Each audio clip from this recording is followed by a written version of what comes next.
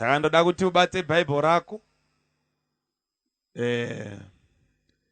Tiende kubook ya Judges. Vatongi. Tine nyaya toda kutonga iko. Kune nyaya inoda kutongwa kubook ya Vatongi chapter 3 verse 12. I'm sure this is the longest chapter and ndaverengesa so far kubva ndapinda muchifundisi. Ndinosiverenga zvidimbo asi nyaya yacho ndoziva kuti vashoma vakamboiverenga. Saka inoda kuti iverengwe yese vanhu vainzwe. Chapter 3 verse 12 to 25 asi kana wasvika kumba imva vanopedza yese. Vatongi chapter 3 verse 12 to 25.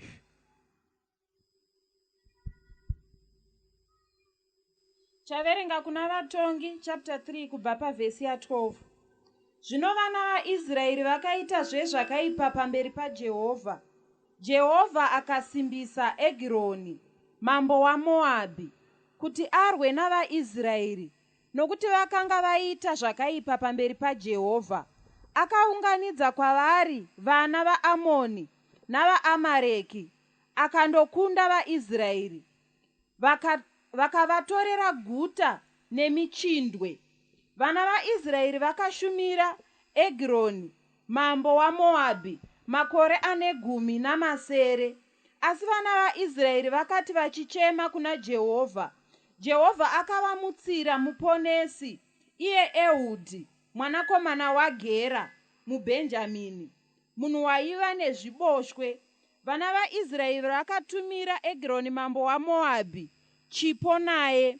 Zvino Ehudhi wakazviitira munondo, wakanga wakarodzwa kunhivi dzose, wakanga wakasvika kubiti rimwe pakureba kwawo.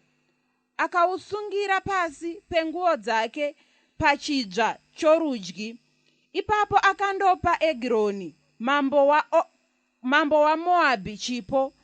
Egironi wakanga ari munhu wakakora kwazvo. Zvino wakati apedza kumupa chipo, akaendesa vanhu vakanga vakatakura chipo, asi iye amene wakadzoka pamifananidzo yakavezwa namabwe paGigari. Akati, ndine shoko rakavanzika nemi mambo. Iye akati, nyararai. Ipapo vose vakanga vamire naye vakabva kwaari. Zvino Ehudhi akaswedera kwaari, iye wakanga agere ari oga muimba yake inotonhorera.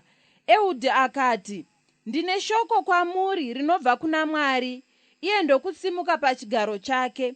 Ipapo Ehudhi akatambanudza ruoko rwake rworuboshwe, akavhomora munondo pachidzva chake chorudyi, akamubaya nawo padumbu rake. Chibato chakapindawo chikatevera chose. Mafuta akadzivira pamusoro pechese, nokuti haana kuvhomora munondo padumbu rake. Mafuta akabuda. Ipapo Ehudhi akabuda pabiravira, akapfiga mikova yeimba yokumusoro shure kwake, akaikiya. Wakati abuda, varanda vake vakasvika, vakawana mikova yeimba yokumusoro yakapfigwa. Vakati, zvimwe unofukidza makumbo ake paimba yake inotonhorera. Zvino vakamira kusvikira vapera mano, asi haana kuzarura mikova yeimba yokumusoro. Ipapo vakatora kiyi vakazarura mikova, vakawana ishe wavo akawira pasi akafa. Wainzwa iyo? Aha. Ndoda kutenda Mwari nekuverengwa kweshoko rake. Ndine nawe ndoda kuti iwe neni tibatsirwe naMwari murushando rwamasikati ano, nekuti Mwari waita nyaya nekereke yake. Vangani vaya vakangotiwo Mwari ngaataure neni. Ndingoona nekusumudza maoko ako, auya mwoyo wake uine shungu kuti Mwari ngaataure neni. Ndoda kutenda nawe yakaitika pano, handigone kuishumira yose kuipedza kamwe chete. Ndichabata maareas andogona kubata ndosiya pandinokwanisa kusiya, asi ndichange ndichinzwa kuti ndasvitsa nyaya here pamwoyo wako, uende kumba uine chinhu chimwe chete chabva pamwoyo waMwari.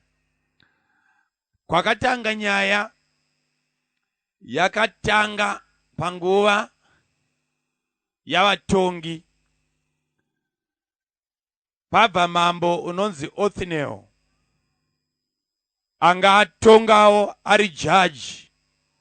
Zvakaitika panguva yake zvakaitika. Vanhu vambenge vatadzira Mwari, iye akauya akavarwira. Kunamata kukanakidza panguva yake. Kusvikira nguva yaabva, vaIsraeri vasisina ari kuvatungamirira. Ndo patanga kuverengwa, vaIsraeri vakatanga zvekare kuita zvakaipa pamberi paMwari. Mwari atsamwa navo, ndokubva atendera Egloni mambo waMoabhi kuti ave nesimba rokudzvanyirira nokutsikirira vaIsraeri. Izvozvo zvikaitika for 18 years. VaIsraeri vakatsikirirwa vari pasi peshangu dzaEgloni. Ipapo Mwari wazvitenderawo nekuti vanga vatadza. Egloni ndokubva wataura navaAmereki navana vaAmoni kuti vaende kunorwa navaIsraeri. Ndokubva vaIsraeri varwiswa. Pakurwiswa ndokubva vatorerwa guta kana kuti nyika yakanga ine miti yemupaumu. Miti yemupaumu kunyika yemaArabs vanotenda kuti unogona kushandiswa mabasa anopfuura 360 muti mumwe chete iwoyo, zvichienderana neunyanzvi uye nokuziva kuti unoshandiswa chii. Sango ndokubva ratorwa naEgloni. VaIsraeri ndokusara vasina masango ane miti. Ipapo dzimba dzavo dzichivakwa namatanda. Kunotorwa matanda ndokwatorwa nomuvengi nemhando. Pekugara pakashayikwa, vanhu vakagara mumapako. Mvura ichinaya, chando chichiuya, ivo vaine masango ari muzita ravo, asi nemhaka yekuti Egloni wakatora matanda, vaIsraeri vakaroja iyo nyika iri yavo. Ndokubva zvaitika for 18 years. Vana vakazvarwa vakatobva zera, vasina kumbonzwa kunakidza kwokunamata muri pasi paJehovha. Vakawana Egloni apo. Ndokubva vadzvinyirirwa kwazvo kusvika taimu yakakwana inoti zvino vaIsraeri vakachema pamberi paJehovha Mwari. Mwari anzwa kuchema kwavo, akavamutsira edeliverer, akavamutsira eMesaya, wakavamutsira mudzikinuri wekwavo werudzi rwavo, ainzi Ehudhi. Ehudhi wakanga ari muBhenjamini, uye unonzi waigona kwazvo kusevenzesa ruoko rweruboshwe. Simba rake ranga rakawandira kuno mfana yeyoyo. Maiti kana mukanetsana naye muBhenjamini, kaona akanhonga hafu yechidhina akatimira, akachichinja akachibvisa kurudyi akachikanda kuruboshwe, mwana wamai mira. Muri kuninzwa here? VaBhenjamini vainzwisisa kuti kana muvengi kana mhandu ikanetsa unoibata nerudyi woregedzera ruboshwe. Muchinda wakanga aine power, uye vakazivikanwa navaIsraeri kuti haatangike enda haabatike. Amena zvakaitika handizive, asi zvinoratidza kuti yaive tsika yavaIsraeri kupota vachiunganidza zvipo vachienda kunopa Egloni mambo akavadzvinyirira for 18 years. Rwendo rwuno manje ndokubva vachinja wokutuma vapaiswa chief Asha anobata neruboshwe. Vanhu vaIsraeri vari panguva yekuchema, asi uku vachichema zvipo vakaunganidzira mambo ari kuvachemedza. Ndokubva zvipo zvatakudzwa Ehudhi. Ehudhi akati zvakawanda handitakure ndega, ndipewo varume vanondiperekedza navakadzi vanondiperekedza. Ndokubva vatakura zvipo, ndokubva vaenda kuna mambo waMoabhi. Vasvika ndokubva vaprezenta chipo chavo. Asi Ehudhi ane chimwe chinhu chaakatakura chisina kuzivikanwa navazhinji. Nekuti anonzi paakaziva kuti ndini ndiri kutumwa nezvipo kuna mambo, wakaenda akanogadzira banga rake raakarodza nhivi dzose, ndokubva wariisa mukati mechipfeko chake, ndokubva warisungirira pachidya cherudyi. Vakatakura zvipo, Ehudhi akatakura zvaakatakura. Ati varume ini ndakuenda pamberi, imi teverai nezvipo zvomuridzi. Handei. Ndokupinda mumba, ndokubva vapa zvipo kuna mambo wakajaira kudya zvipo zvaIsraeri. Zvipo zvapedza kupiwa, vanhu vakubuda zvikanzi naEhudhi, mambo ndinezwi rakavanzika nemi rabva kuna Mwari. Mambo ndokubva ati saka vanhu ngavabude mumba. Ndoda kusara nemuchinda anezwi uyu. Zvinonzi nevarume vaiatenda, nevaimucheka nzara, nevaimushevha ndebvu, vakambosuduruka. Zvino Ehudhi waona kuti mumba tasara taatega. Ndopaakati Mwari wangu wataura neni pamusoro penyu ndinezwi. Ipapo manje ndopanonzi Egroni wakasumuka pachigaro chake kuti anzwe kuti Mwari vati kudii. Ehudhi ndopaakaswedera pedyo, ndokubva wahwembura munondo wakanga uri kuchidya chorudyi. Zvinonzi wakaroverera banga. Haana kubaya musoro, haana kubaya musana, wakarinyika mudumbu. Bhaibheri ndopariri kuti zvino Egroni wanga wakafuta, wanga ari fondimbwe. Saka akaroverera banga. Bhaibheri rati ndokubva ranopinda nemubato, mafuta ndokubuda ndokufutsira banga rese. Ona iverenga zvakanaka. Mafuta akabuda mahari, banga rikashayikwa.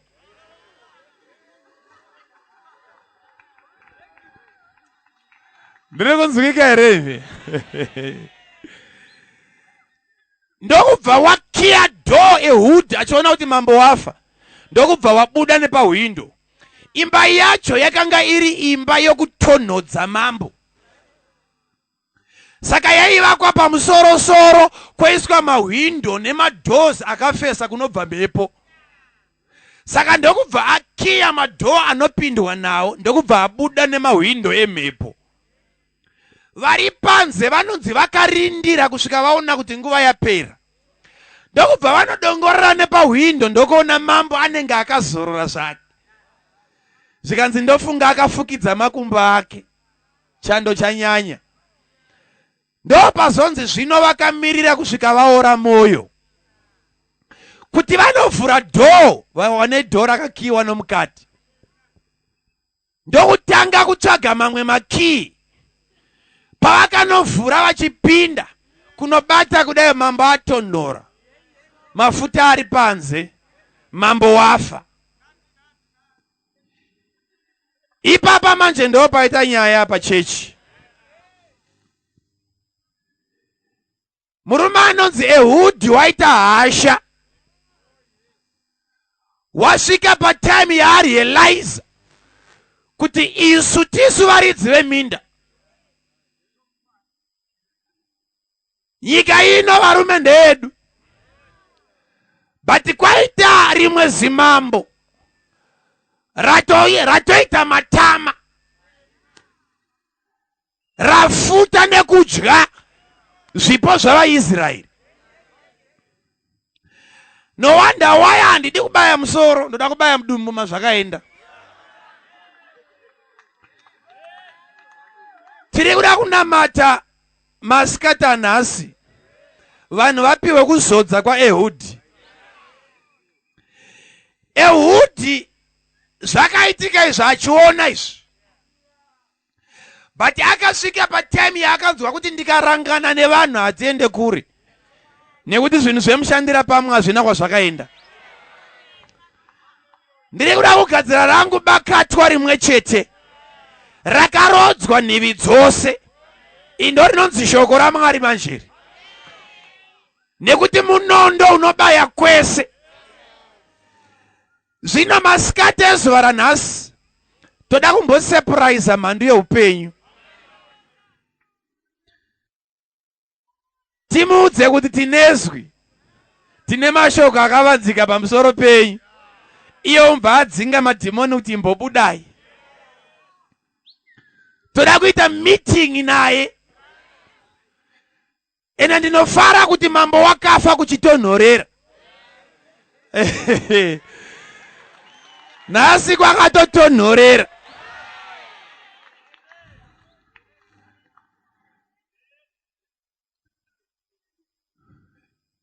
Egroni haana tsitsi navanhu, wakatora minda uye zvipo zvedu achiri kuzvida.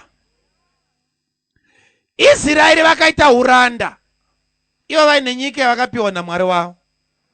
Hakuna chinhu chinorwadza varume chadzoka pamurume iyeyoyo. MuBhaibheri mese uchaona kuti magenerations aiuya kwaiti kana kukamuka mhandu, Mwari akada kudzikinura vanhu, waimutsa munhu mumwe chete odzikinura rudzi. Nekuti Mwari wedu kazhinji haanyanyodi kushanda navakawandisa, anodyirwa mbiri yake. Anoda nhamba yekuti vanhu vanoti zvino zvamuri vashoma, nyamba muushoma vakatowanda naMwari wavo. Ndiri kunzwika zvakanaka here? Nauye mhare ndo dzatoda kuti dzigadzirwe, nekuti taita muvenga akatora minda akatishayisa pekugara, akatora minda yemisidhari neminda yemipau. maKristu tikasita nguva yekudedzera dzimba, hapana wanemba here, hapana wane 2 rooms here. Kushaya pokugara iko kuina mambo zvakari kufuta.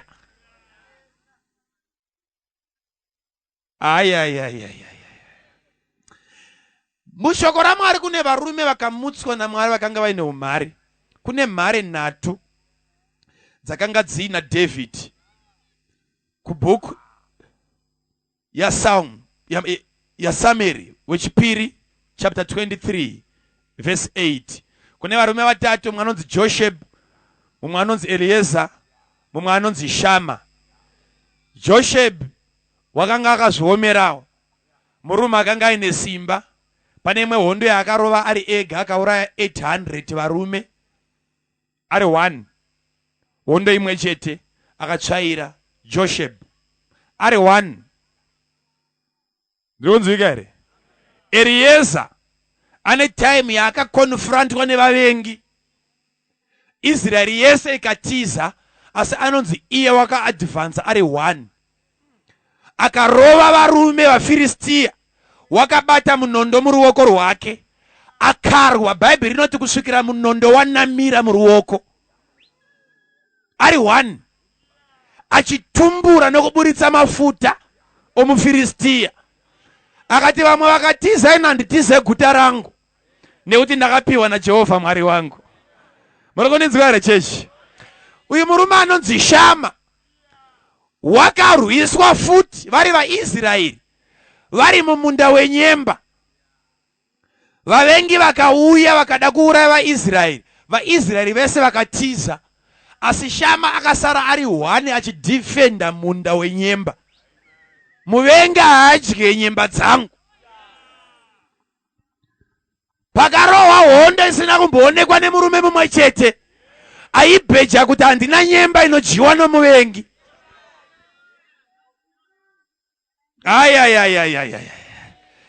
Varume Mwari watiri kunamata ane varume vane godo, vanomutsa, vanoramba kubheja chaizvo kuti handina pfuma inobatwa nomuFiristia. Ndiri kunzwika zvakanaka? Mwari wedu ndo zvaanoita.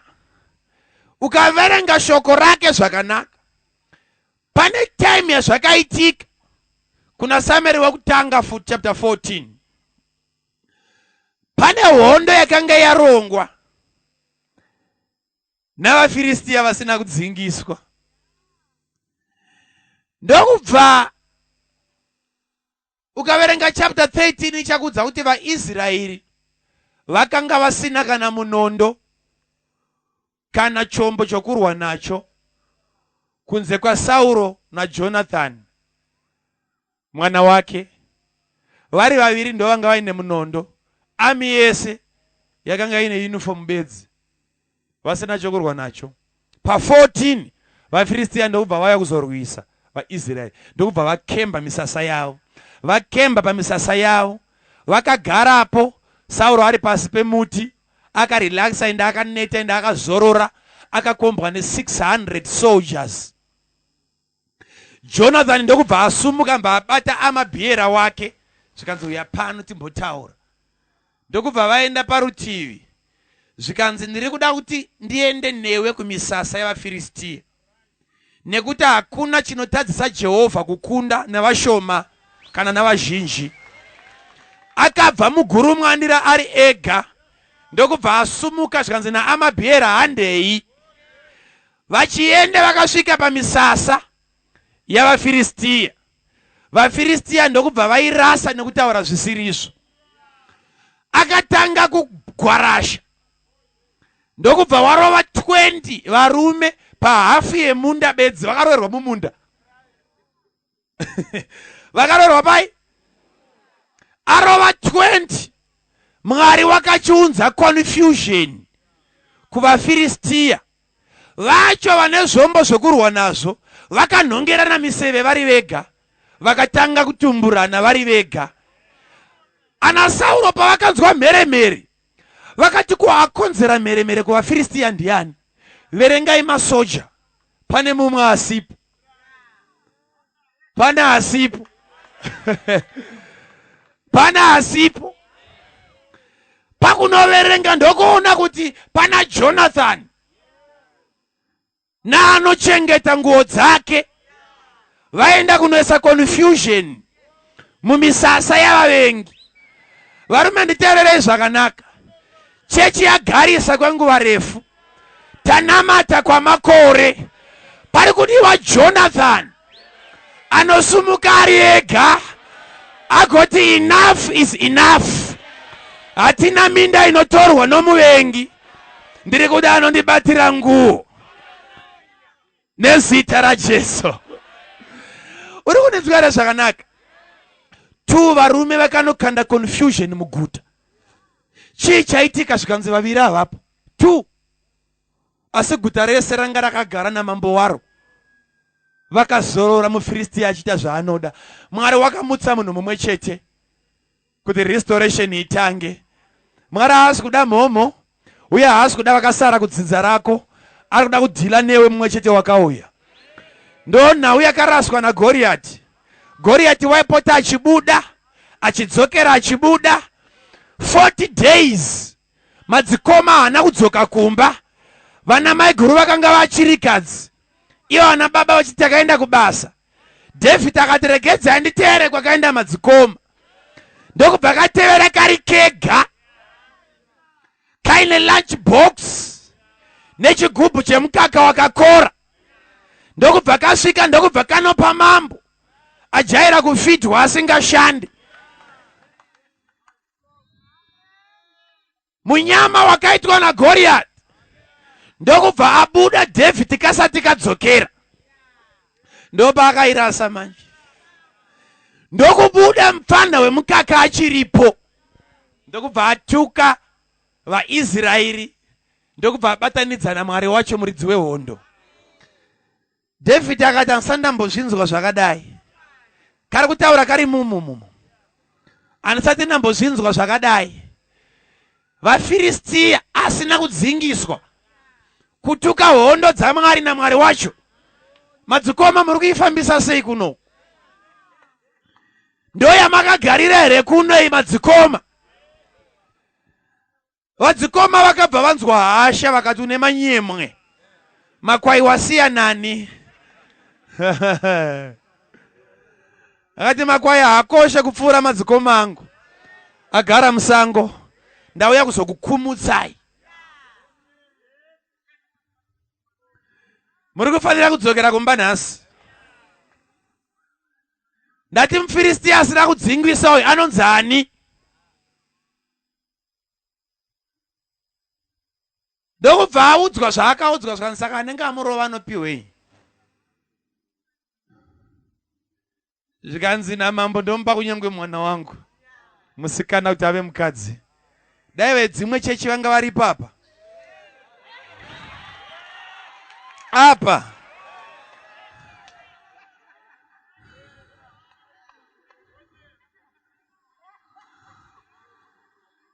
Ndokutaurirai kuti chechi yese yaiperera ipapa. Paita mukadzi.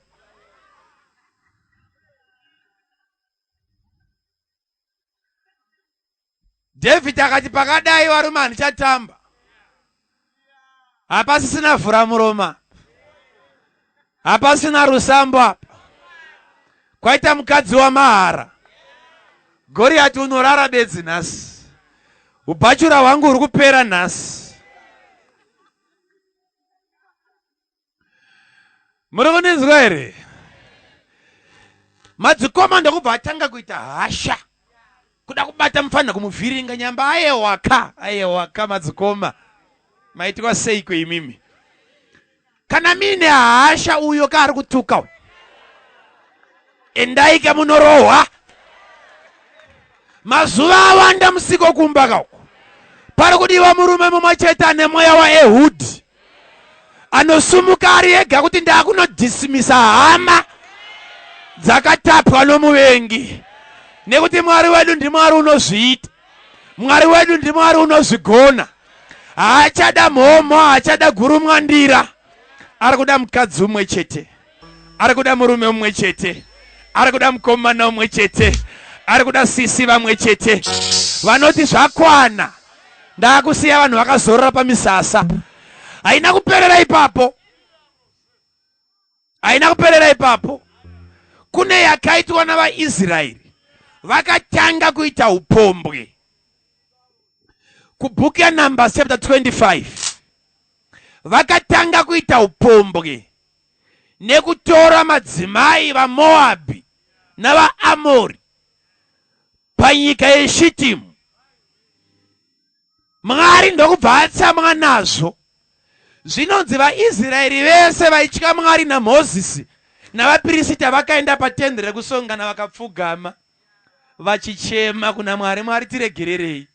Ipapa pachechi nhamba yadzika. Vamwe vari kuvasikana.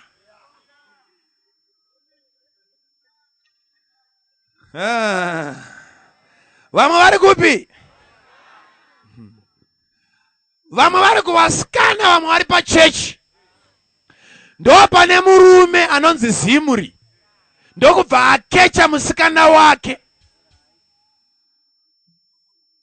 muMidhiani wainzi Cosby. Ndokubva auya akamugrebha kumisasa. Ndokupfuura nepachechi. Vamwe vachinamata. Ndokubva anopinda naye kubedroom. Phineas ndokubva azviona. Ari panguva dzekunamata ndokubva asumuka akapumha guruva. Akati Mozisi yokunamata chisarai muchinamata. vapirisita yekupirisita sarai muchipirisita. Pano pakuda kurohwa munhu. Takanamata zvakakwana. Uyu wapinda nemwenje mudziva uyu. Mozisi akasara nevamwe varume. Asi Phineas akati ndiri ndega ndakuenda. Ndokubva atora munondo wake. Ndokubva atevera kuimba huru. Ndokubva wanopinda. Ndokubva waregedzera. Banga nokumusana richibuda nekumukadzi uku. Akati zviende zvakabatana kwazvinoenda ikoko. Satani wakajaidzwa. Paakapedza kuuraya muvengi. Zvinonzi hasha dzaMwari dzakapera. Mwari vakati Phineas wandifadza. Nekuti watsamwa sekutsamwa kwandakaita. Varume nditeererei zvakanaka. Pari kudiwa varume vashoma navakadzi vashoma vanosumuka kubva paHebhuroni. Vamwe vese vachilenga-lenga. Chechi yazara namasalala. Vasina misana yakasimba. But pakudiwa vana amai. Vanoti takuenda kunorova muvengi. Nekuti wakafuta nepfuma yedu. Satani watoirasa. Muri kuninzwara chechi. Muri kuninzwara chechi. Egroni wakafuta nemichato yevaridzi.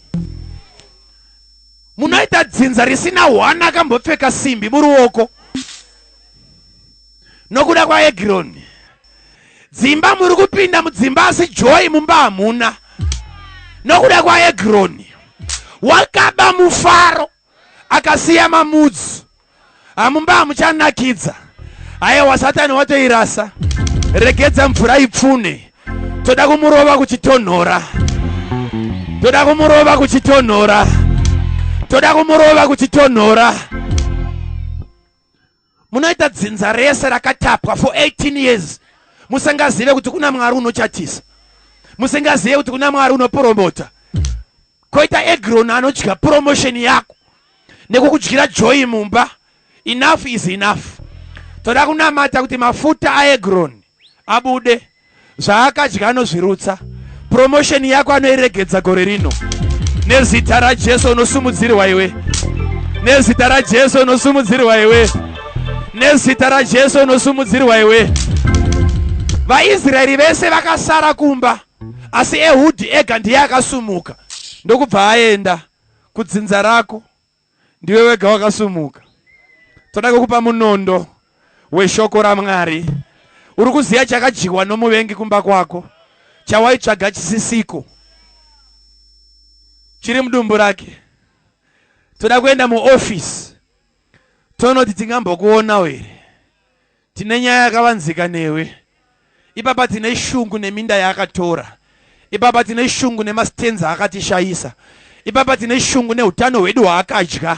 Ipapa tine shungu nemurume akaenda kusumoro house. Satani wakatoirasa. Toda kunoita appointment naye. Iye akavarairwa. Muvhangeri ataura panapa akangoti Satani toda kumbomusurprise. Ndo surprise toda kuita. Ndokuti usumuke uri pauri ipapo. Toda kuregedzera munondo kumambo wakaipa. Zvaakatora anofanira kuripa. Yakwana time yekuti chechi ibhadharwe. Ndati yakwana chechi yekuti time yekuti chechi ibhadharwe. Zvakatorwa nomuvengi zvakatapwa naEgroni zviri kufanira kudzoserwa. Pari kudiwa vana Phineas vasinga compromise. Vanoti chivi ngachiregedzwe. Mufundisi, toda kumira nemi. Toda kusapota kuti zvivi ngazviregedzwe. Satani ngaaburitswe muchechi. Kutadza ngakupere. Misikanzwa ngainyararwe nezvayo. Vanhu ngavateerere Mwari kuti restoration itange kutora nzvimbo. Zvese zvakaitwa naSatani kudzinza rako. I am here to announce this day kuti pauri ndo pachatika turn around. Pauri ndo pane turn around. Hakuna dhimoni raEhud richaproceda. Richipfuura nepauri richipinda kuvana vako. Pauri ndo panofira zvese. Uye ndo panoraramira zvese. Chauchabata chiri kuzoendeka. Toda kuuraya muvengi uyu. Iye muvengi uyu. Iye muvengi uyu. Dzimba dzemaKristu hadzichanakidza. Mitsanya yakapera takabhureka kudhara. Asina nhasi vamwe vavo vasina kudya. Nekuti kumba kune muvengi akapinda. Mumba hamuchanakidza. Machira aita mashoma. Mbatya dzaita dzishoma. Zvekudya hudye uchisiya. Zvino Satani watoirasa. Tinoziva kuti zvese zvakapambwa nomuvengi. Bhaibheri rinoti kana mbavha ikabatwa inofanira kudzosera zvakapetwa. Kana mbavha ikabatwa inofanira kudzosera zvakadini? Zvakapetwa. Zvakapetwa. Zvakapetwa. Zvakapetwa. Andati zvakapetwa. The devil is in trouble. The devil is in trouble. The devil is in trouble. Mwari wedu haana zita neHebron. Ane zita guru riri pamusoro peHebron. Mwari wedu haana zita neAFM. Ane zita riri pamusoro peAFM. Nekuti wakapiwa zita riri pamusoro pamazita ose. Kana akanzi Agagi, kana akanzi Ani, kana akanzi Ani. Ndoda kuti uzive kuti kuna ane zita riri pamusoro pemuvengi wako. Rokuninzwa here chechi. Uri kutanga kuintrodusa kunamatwa kwaMwari kudzinza kwako. Utange kushandura kurarama.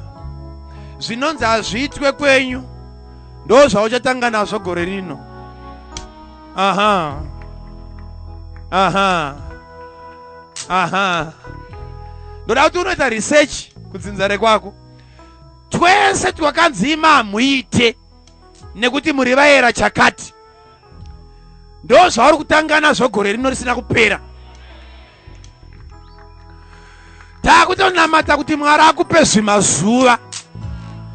So that we want to prove the devil wrong. Kuti wakanyepa kumazezuru kunoitwa zvinogara zvakadaro. Makaranga anoitawo zvinogara zvakadaro. Mundevere anoitawo zvinogara zvakadaro. Nekuti makabatwa rudzi mese. Baba vakaita tsika yekuunganidza vakadzi. Mukadyirwa pfungwa naEgroni. Ezviwo watangawo futi. Wakutotanga kuvaunganidza. Indangariro dzakadyiwa nomuvengi dziri kufanira kudzoswa. Toda kunoisa munondo weshoko raMwari pacho pazvakaenda zviri kuzobuda nezita raJesu. Unozvitenda here cheche? Ingosumudza maoko ako. Ndikatsanangura dambudziko rako one by one hadzingapedze. Asi uri kuziva zvakatorwa mumba mako zvinofanira kunge zvirimo asi hazvimo. Zvinofanira kunge zvakaita marriage yako asi hazvisi. Zvinofanira kunge zvakaita vana vako asi handizvo. Zvinofanira kunge zvakaita pabasa pako but hazvizirizvo. Uri kunyazoziva kuti kune mhando yakapinda ikatapa minda yemisidhari, minda yemupau. Ndauda kuti unamate ukleme back minda yako yakatorwa nomuvengi. Kana paine chaungangofunga chauri kuona kuti chiri missing mulife yangu, ndoda kuti uzive kuti pane muvengi ari kufanira kupindirwa muofisi yake. Ngatange kunamata tisumudze mazwi edu masikatani.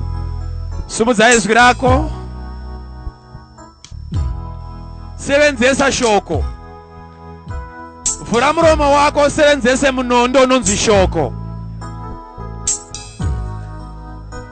Tumira shoko, shoko ngaritevere kwazvakaenda.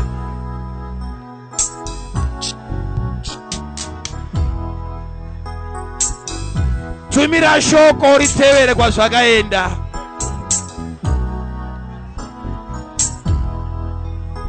We want to paralyze the devil. Kusvika mwetsvina yaora moyo. Mwetsvina kusvika yaora moyo. Egroni regedza. Oh, rababo seketelia basa. Koria babo seteleboka. Zosera utano wake. Zosera utano wake.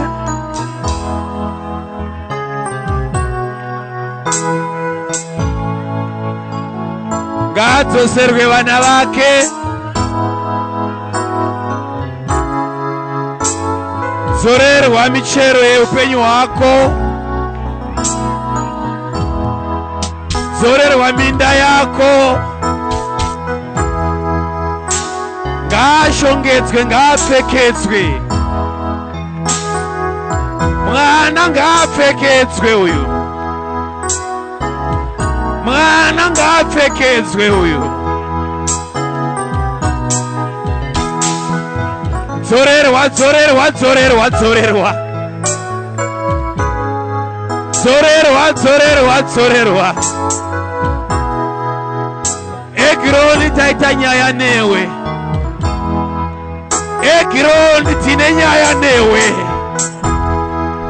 Egironi tine chigumbu newe. Regedza minda yedu. Regedza minda yedu. Regedza minda yedu. In the name of Jesus. Tinotuma munondo unobaya. Tinobaya nemunondo. Tinobaya nomunondo. Zvakadyiwa nomuvengi. Zvakatapwa nemhandu. Dzorera, dzorera, dzorera, dzorera. Dzorera, dzorera, dzorera, dzorera. Rera karabo setelia babosa. My God, my God, my God. Thank you, Holy Ghost.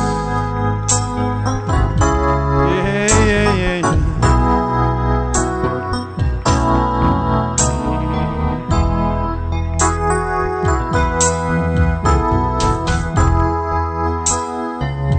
Thank you, Holy Spirit.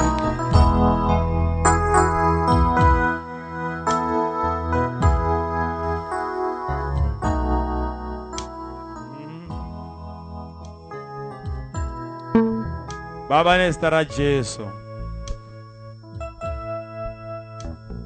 Baba nestara Jesu.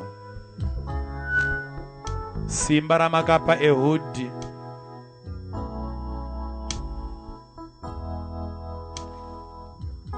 Simba ramakapa Jehu.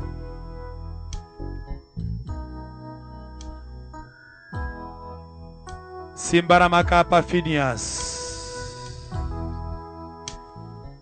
Simba ramakapa Jonathan. Simba ramakapa David. Hakuna chinotadzisa Jehovha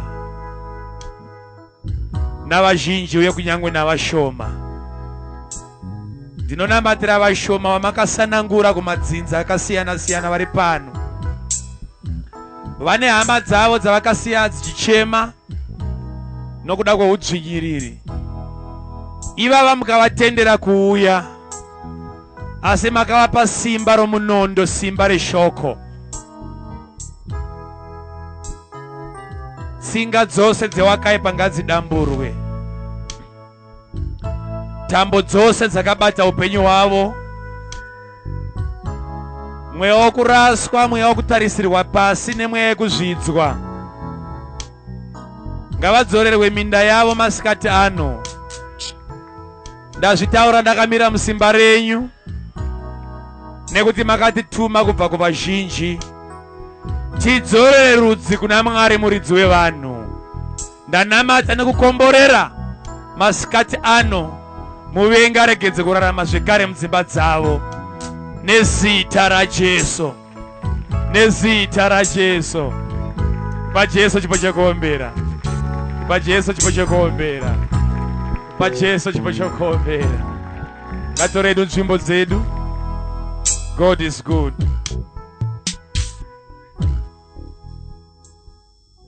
Ndoda kuti uchiziva kuti Mwari kana atoita. Vashandi vakaramba vakadongorera pawindo. Vakati ndofunga akafukidza makumbo ake anyanya kutonhorwa. Vakamira kusvikira vaora moyo. Nemadhimoni anga achivimba naSatani achimubhiga achaora moyo. nekuti haasi kuzombofa akararama muupenyu hwako. Chitapudza misodzi yako, chiregedza kuramba uchichemedzwa. Time yomufaro, time yekudzorerwa munda.